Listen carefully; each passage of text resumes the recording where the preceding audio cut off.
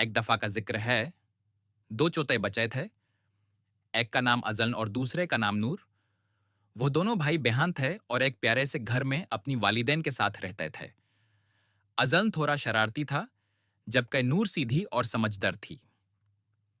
एक दिन उनके वालिद ने उन्हें एक किस्सा सुनाया। यह किस्सा एक बुजुर्ग शख्स के बारे में था जो हमेशा सच बोलते थे और कभी झूठ नहीं बोलते थे। उन्होंने बच्चों को समझाया कि इस्लाम में सच बोलना कितना जरूरी है। अल्लाह ताला सच बोलने वालों से बहुत खुश होता है।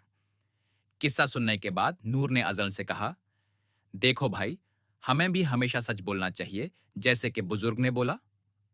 अजल ने थोड़ा सोचकर कहा, हाँ बेहन, तुम ठीक कह रही हो। कभी भी झूठ बोलना अच्छी बात नहीं है। उस दिन से अजल और नूर ने फैसला किया कि वो हमेशा सच बोलेंगे, चाहे कुछ भी हो जाए।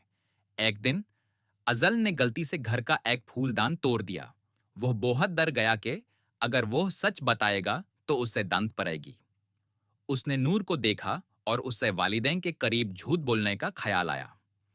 नूर ने अजल के चेहरे पर डर और परेशानी देखी तो वो समझ गई कि कुछ गड़बड़ है।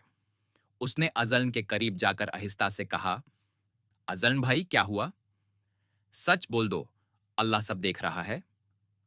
अजल ने अपनी बहन की बात सुनी और उससे एहसास हुआ कि झूठ बोलना गलत है।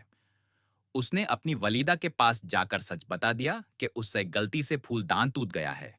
वलीदा ने अजल की सच्चाई देखकर उसे दंतने की बजाय प्यार से समझाया कि आइंदा एहतियात करना। वो अजल की सच्चाई से बहुत खुश हुई। इस वक़्त से अजल और नूर को यह सबक मिला कि सच बोलने में हमेशा भलाई होती है और अल्लाह ताला सच बोलने वालों की मदद फरमाते हैं। उन्होंने हमेशा सच बोलने का अपना वादा निभाया और एक अच्छे और सच्चे मुसलमान बनाए। ये कहानी हमें सिखाती है कि हमें भी हमेशा सच बोलना चाहिए और झूठ से बचना चाहिए, क्योंकि सच्चाई इस्लाम की बुनियादी तलीमत में से एक है।